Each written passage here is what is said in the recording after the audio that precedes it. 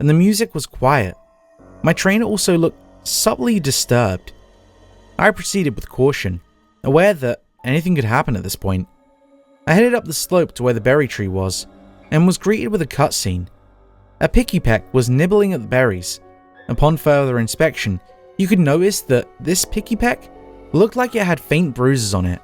It turned to my trainer and looked spooked. It flew away before anything else. I walked over to the tree and hit A to inspect it. Being the cautious one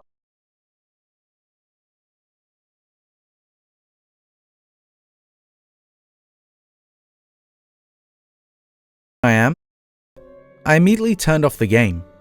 Okay, something is up with this game, I muttered. I knew that this couldn't be a hacked game since it had been bought from Walmart and had nothing wrong with the packaging or cartridge. I even had the receipt to prove the purchase somewhere in my drawer. Maybe since I left it for so long, it had an effect on the game's world? No, that can't be. That's a dumb idea. I talked to myself about what had just happened and concluded that maybe the game was just straight up haunted. I decided to boot the game up once more and just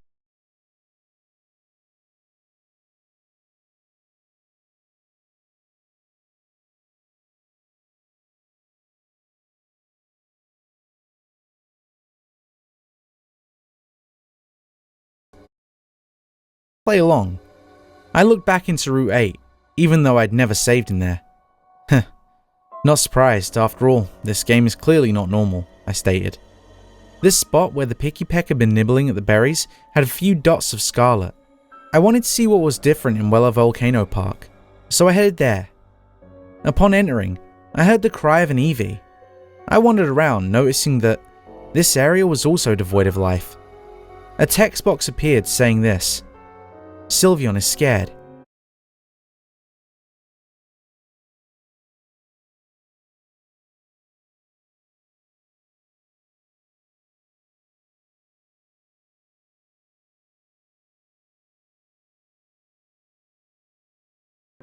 I decided not to question it, since if I were a Pokemon and suddenly the world changed like this, I would be at least disturbed. I headed up, eventually reaching the place where the trial is supposed to happen. Kiawe was nowhere to be seen, and what stood on the platform scared me. An Eevee sprawled over, with Picky Peck pecking at it. The Eevee was letting out a slow cry, likely of pain. The Eevee's back had a wound in it, where a thin trail of blood was seeping from it. A battle sequence happened, with 4 Picky Peck against my shiny Sylveon. From what it looked like, Sylveon had picked a fight with the Picky Peck to save the poor Eevee. After a while of mashing Fairy Wind and draining Kiss, I fainted all the Picky Peck. It cut back to the overworld, where the Eevee was standing. I walked up to the Eevee and hit A. A text box then appeared saying this: You know why this is happening, right? It was a yes-no question, and I selected no since I was in fact clueless as to why this had happened.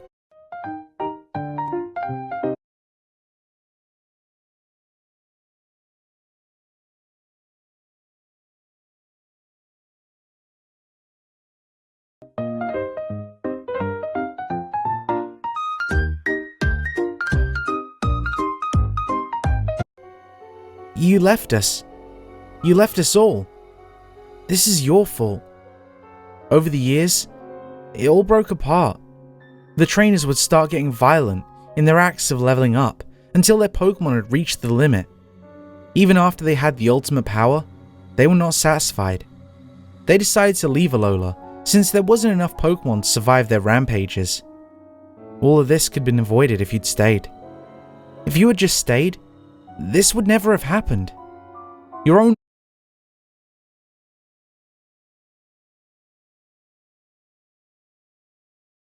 mother even left Alola for good.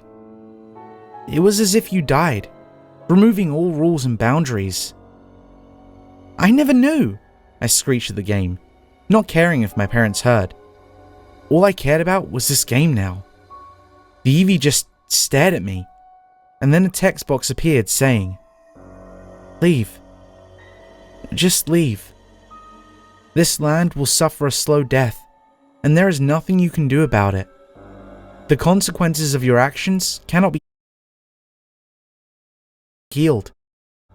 With that, the Eevee fled, and I turned around and hit up on the D-pad to call Charizard.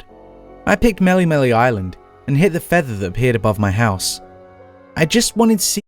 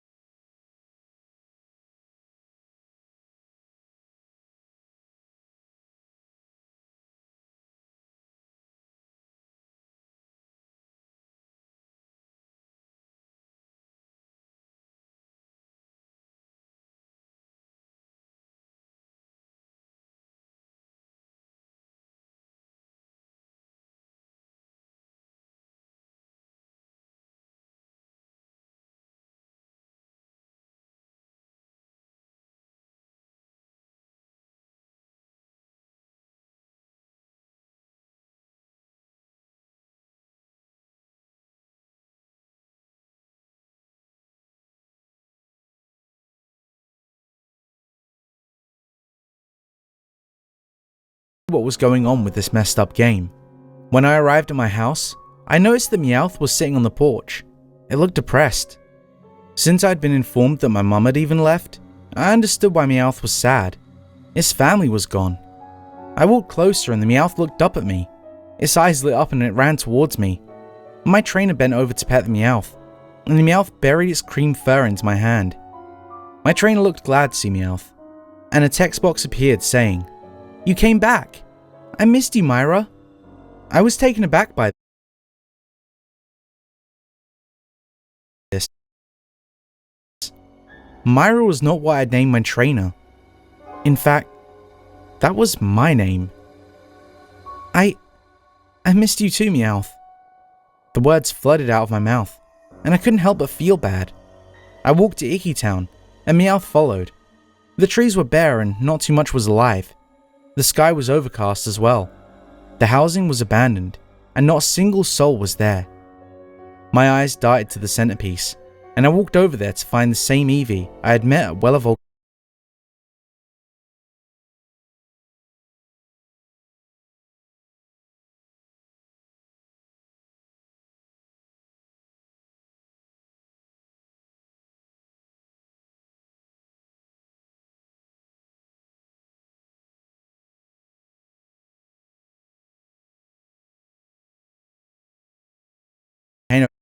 Park.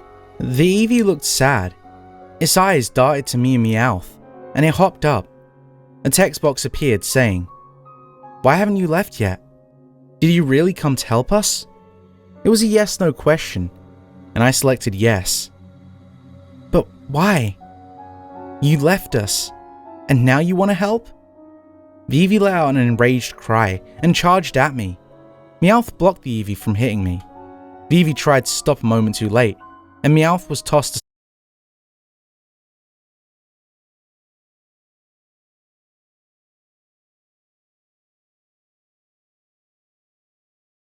aside. Eevee rushed where Meowth lay. It had been flung into a decaying fence and had been hurt badly by the blow. A text box appeared saying, "I'm sorry. I'm sorry." It was presumably from the Eevee who lay by Meowth. It nudged Meowth. No response. Another text box appeared saying, "Please, don't go." Catholic Healthcare advocates expanding healthcare access to all people. We believe healthcare is a basic. I don't want to be alone. The Eevee was crying at this point. So was I. I never knew that a game could make me feel deep emotions. The Eevee looked at me and spoke through the speakers. "I'm sorry. I'm so sorry." Sylveon forced herself out of her Pokeball and sat by the Eevee. This wasn't a game to me at this point. Tears streamed down my face as I pushed on. The screen faded to black. The screen faded back in on the Eevee. It was nibbling at the organs of a Pokemon. Its eyes held the look of depression. Eevee looked up at me and stopped. It spoke. "Oh, sorry." The Eevee kicked the organs away with his hind leg and turned to face me. "Sorry you had to see that. There just isn't any other food here." The Eevee's paws were bloodstained. I was shaken by this. I felt my stomach churn. I understood why the Eevee was eating them though.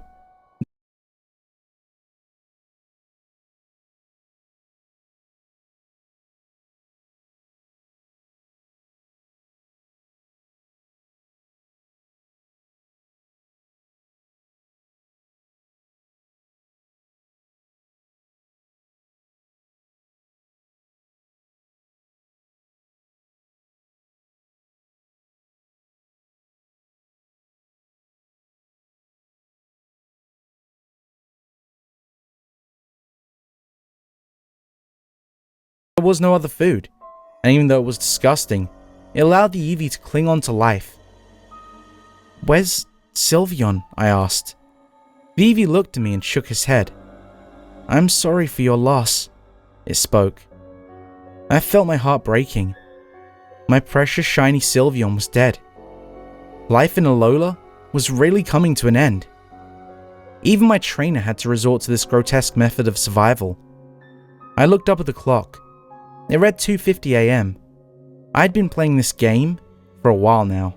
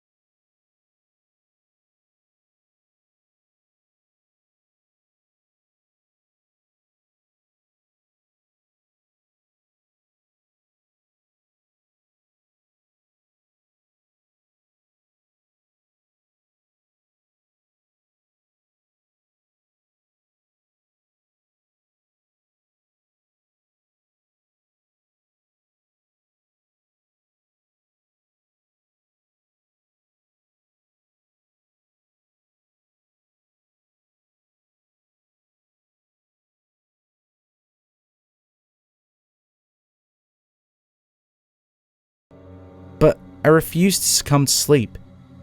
With a heavy heart, I went on.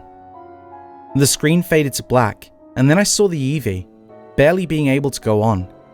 It collapsed and slowly breathed until its last breath was drawn. My trainer, who had also barely clung to life, sat down beside the Eevee. She fell over, laying beside the Eevee. One last text box appeared speaking. "Rest in peace. See you in the waking world." I sobbed.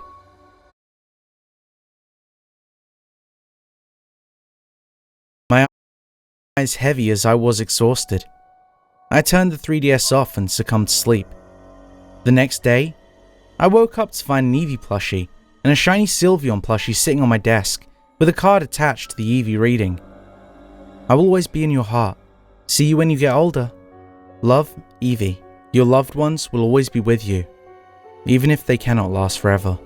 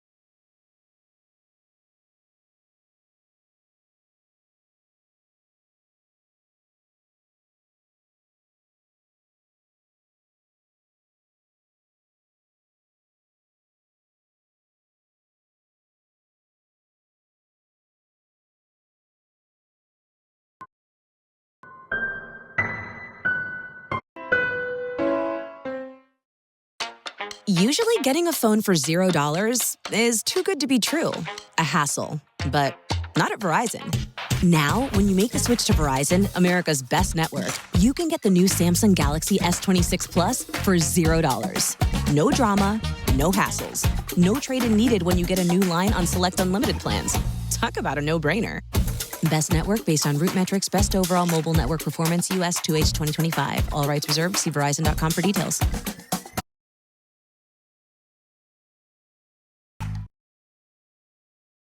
Good evening, folks. Silver here.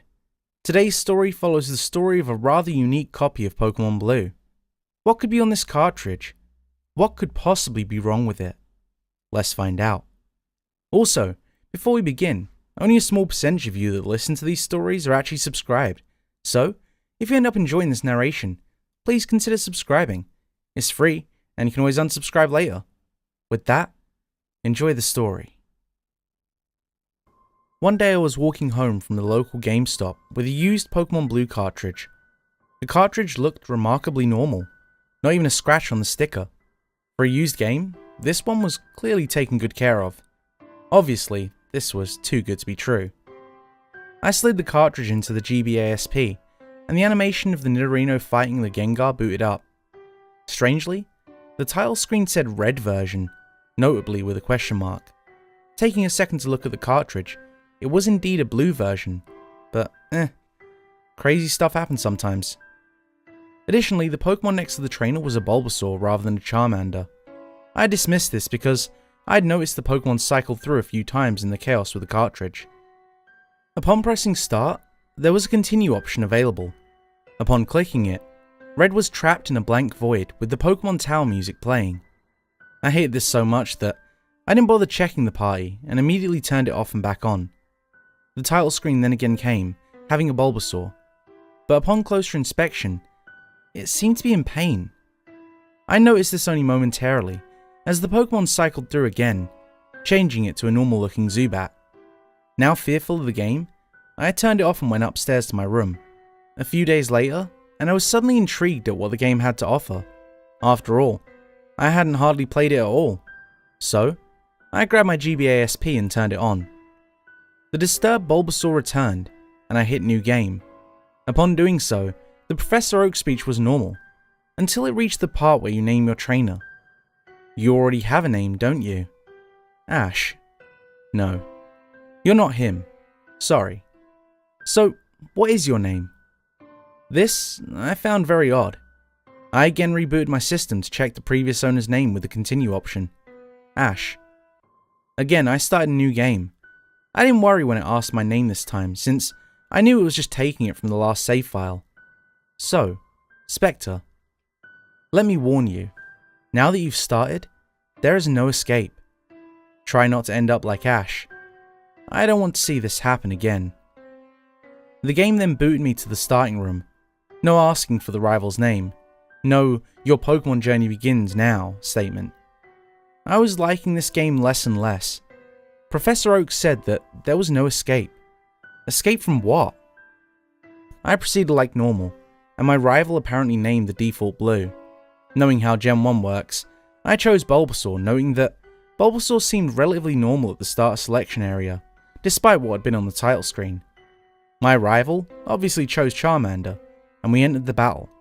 Upon the rival's turn, his Charmander used Scratch, and Bulbasaur fainted in one hit. Oak. Not again. Again? I didn't like the sound of this, and after all, it was a critical hit. So I reset, realizing that I hadn't saved, and clicked new game again. Welcome back, Spectre. I warned you that there was no escape. The game booted me back to immediately after the rival battle. Bulbasaur was fully healed, as he would be, and checking his stats he was okay.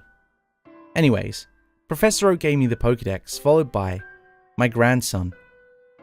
If he gets competitive, stay away from him, or you could get hurt. I proceeded with the game as normal, grinding on Wild Pidgey and Rattata, completely ignoring Oak's warning. I went to Route 22 for the optional rival battle, my Bulbasaur at level 13. What could go wrong? He first sent out his Spearow, which Bulbasaur one-shot with ease. Then he sent out his Charmander at level 8. This is revenge for the lab, I said, as I selected Tackle as Bulbasaur's move. Charmander took a mere 1 damage. Charmander used Blast Burn. Plant Boy fainted. This is the point where I remembered Oak's warning. Fortunately, I'd caught a Mankey who actually dealt more than 1 damage to his Charmander, and managed to barely win. I figured that this was the gimmick of the rival battles. The rival starter would absolutely destroy yours every time you fought him. I was wrong. Bulbasaur carried my team throughout the game, leveling up faster than the rest of my teammates. It was Venusaur before even facing Lieutenant Surge. Every rival battle after the optional one played as it normally would, no overpowered fire moves. He was level 100 by the time I reached Cinnabar, and even destroyed Blaine single-handedly. Giovanni was even easier, because grass is super effective against ground. Well, well, you'd make a great Team Rocket member, with that death machine in your control. Just kidding. Take this Earth badge and get out of my sight. That was the first odd thing I'd seen in a while. I proceeded to Victory Road, destroying my rival, whom I was secretly hoping would use an overpowered fire move again. The Elite Four were a joke. Lorelei did freeze my Venusaur once or twice, but I had a freeze heal on hand just in case. Bruno put up a fight and was honestly the only challenging fight in the game, almost knocking Venusaur out. I used a full restore right before facing Agatha, who lost every Pokemon in 1 hit, despite the type matchups. Lance was almost as much of a joke as Giovanni was, even admitting that he wasn't trying his best. After that, I moved on to the next room. The rival wasn't there. Oak immediately congratulated me on becoming champion, and the screen faded to white. The end. I was confused. I thought this was a cursed game. Upon hitting continue, it showed the end again. I sat there for a moment, wondering what was going on, when suddenly, Charizard used Blast Burn. The sound that plays when a super effective move hits played. Then, a slowed down version of the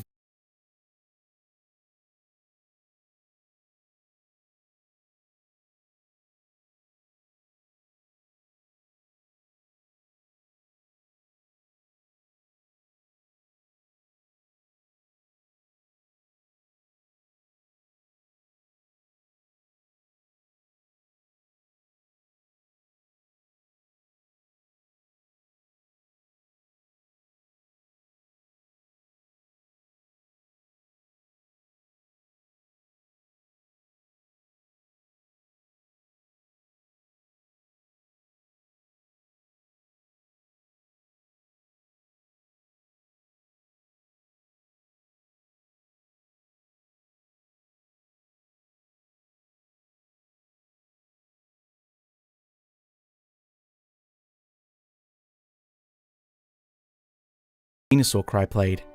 The game booted back into play, and I was in Pallet Town. Or so I thought. I was invisible. Oak. I warned you. I checked my trainer card. Red was absent from it.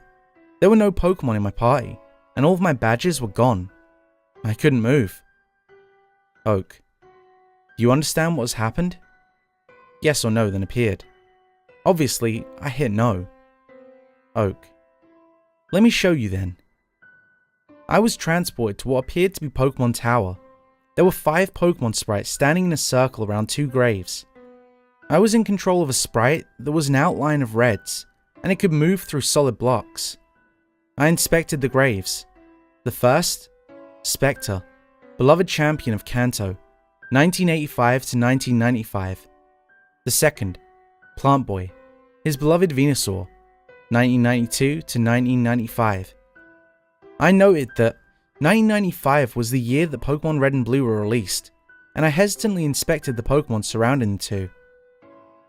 It was Monkey, my Primeape, and Pigeon, my Pidgeot. And it continued with the rest of my party in a similar fashion.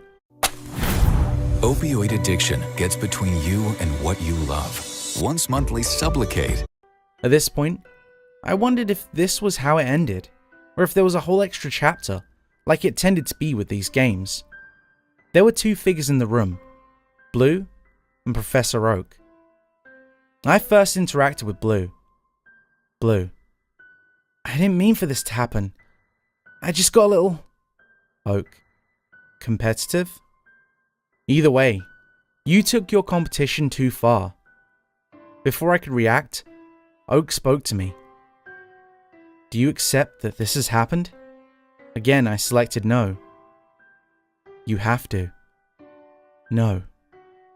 You have to. I could tell that I had no choice. Upon selecting yes, I was sent back to the title screen, with a disturbed Bulbasaur and all. When I hit continue, I was in an empty void with the Pokemon Tower theme playing. I could move, but no matter how far I walked in any direction, there was nothing to see. If I tried to hit new game, Oak would just say, "Accept your fate, Spectre." I still don't understand what happened myself. Was this game meant to be scary? It wasn't really working if it was. It was just stupid and pointless. In the end, I sold the game to some brat on the internet who sent me an email a few weeks later. What is this? First you have a blue cartridge that claims to be red version, with a Bulbasaur as the only start you can choose, but not only that, the rival is completely OP. What does it mean you're not him? I give up. This game sucks, so I sold it to my friend for the same price I bought it from you. Where the hell did you get this crap? I couldn't reply. My email account simply wouldn't let me log in, nor any form of social media or website. Accept your fate, Spectre.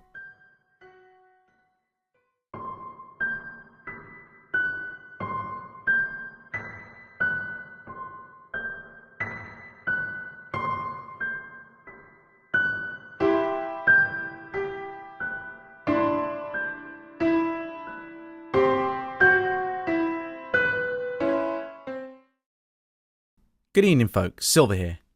Today we have 3 short Pokemon creepypastas for your enjoyment. One, a cautionary tale, but another the results of a questionable experiment. What are these stories about, you ask? Let's find out. Also, before we begin, only a small percentage of you that listen to these stories